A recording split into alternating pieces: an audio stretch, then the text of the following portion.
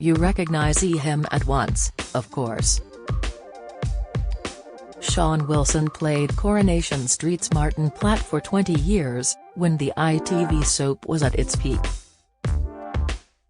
Even my own father called me Martin. Laughs Sean, 57, who swapped the cobbles for cookbooks and artisan cheese in the noughties. He had a good run as the long-suffering husband of Gail, a woman rarely separated from her own personal rain cloud. Helen Worth is a lovely lady, but I don't know if the viewing public ever took to Gail, Sean tells me with a broad grin. I used to get asked how have you lasted so long with her? So Helen did a great job. Martin was also the lover of Sally Webster, not to mention nurse Rebecca Hopkins and, controversially in 2005, teenager Katie Harris, played by Lucy Jo Hudson. That memory still hurts. She was 16, Martin was 37, and the producers said they wanted it to go further. I said, I'm not happy with that. Why do it to me? I gave you my heart and my soul, and this is what I get back? I thought that was the time to get my coat and leave, so my future was in my hands. Flat? Splat. As a teenager in Ashton-under-Lyne, Sean was rarely at home. I was always up early in the morning, I was up and out, he recalls. I had a milk round and I worked in the local market, on a fruit and veg stall to start with. I was out playing football, I captained football teams, I was in swimming galas. He was more out than Mickey Flanagan. Why? I was the eldest child and had a stepfather, so home life wasn't as good as it should be. I spent a lot of my time away from the house. He shrugs and adds, but that's life. You're not born into a fairy story. His comprehensive school opened doors for him. I had a great drama teacher, Brian Johnson, an exactor who knew how to coax urban kids into creative arts. In my O-level year, we did auditions using contemporary texts in the school theatre.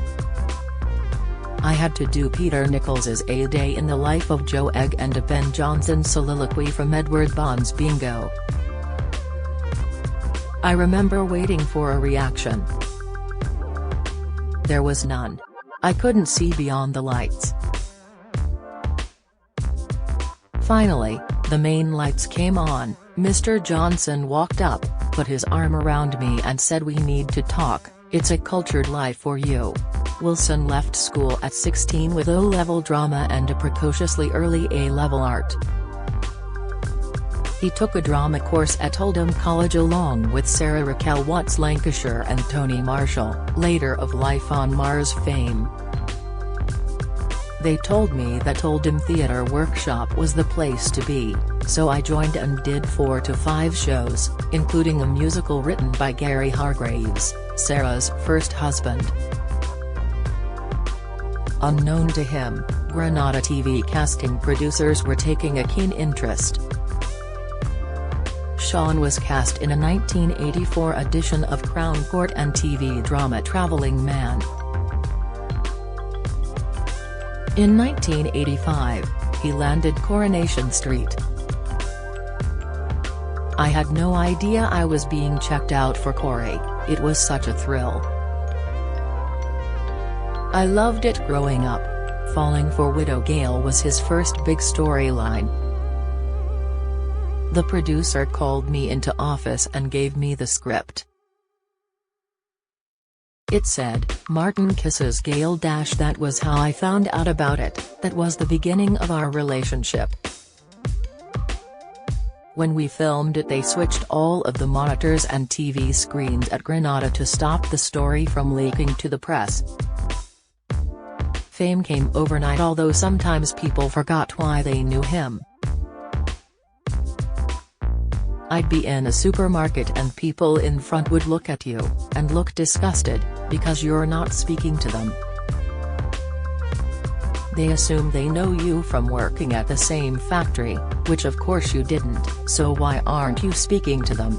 It was such a boon because my home life was not the best. Now I could afford my own place.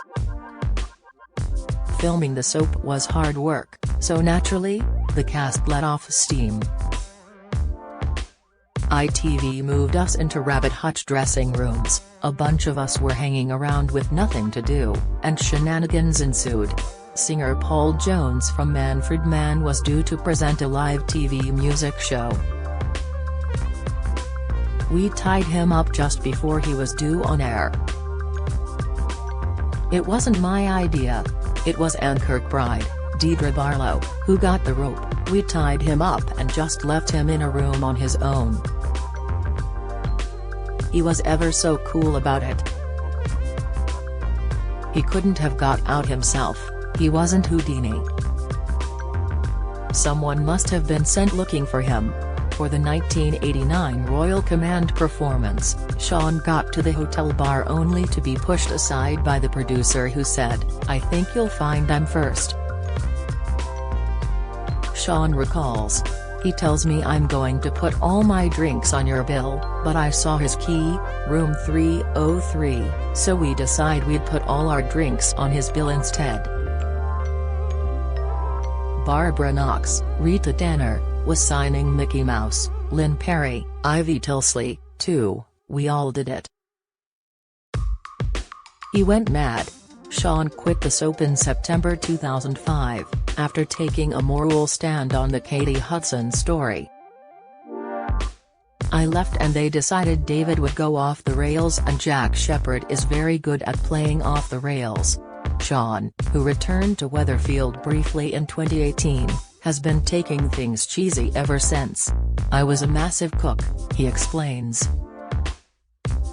"I loved to relax by cooking and I knew a few chefs who encouraged me, including Nigel Howarth, who ran Michelin-starred Northcote Manor in the Ribble Valley and invited him to work with his team.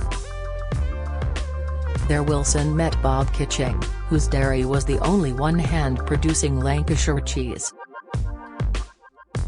He wanted to teach someone his skills, and with my passion for food and food science I fitted the bill."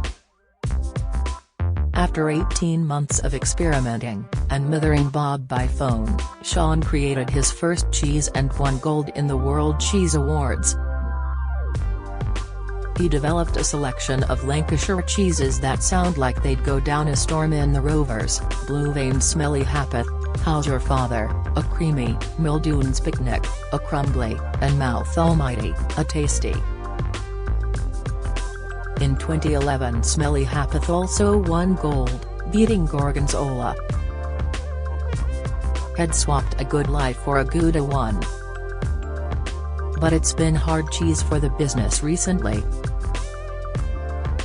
"The price of milk has more than doubled, distribution costs have too, so I've laid off the white cheeses for a bit," he admits. "It's tough. I was in Tesco and Asda but now they're doing their own brands." In 2012, Sean published The Great Northern Cookbook, The Antidote to McDonald's, which spawned a 2013 Channel 5 TV series.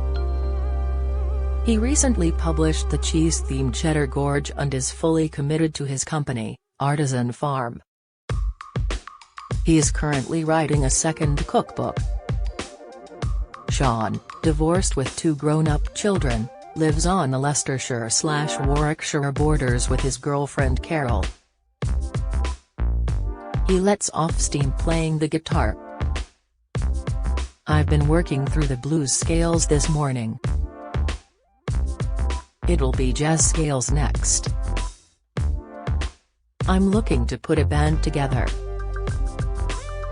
His tastes range from the late Gary Moore and B.B. King to jazz singer Melody Gardot via Miles Davis and the Beatles. "I've always loved music, food, my artwork and poetry. I'm very much a culture vulture."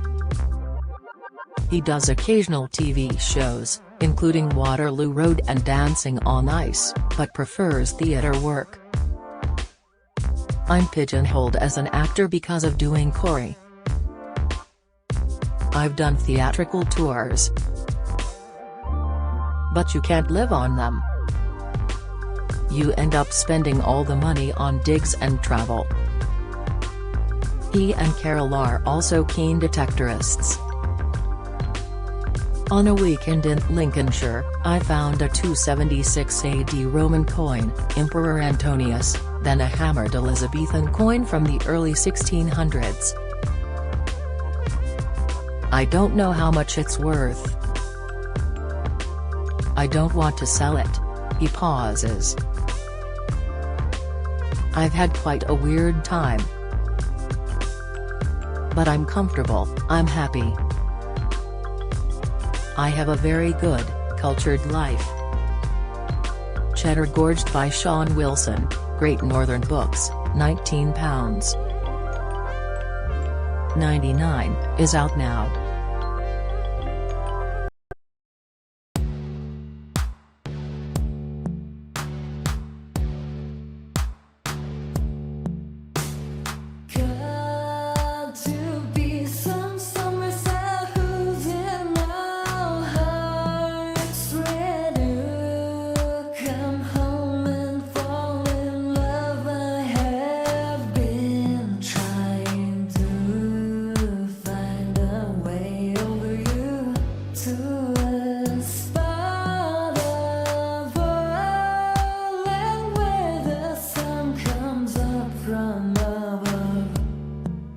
Mountain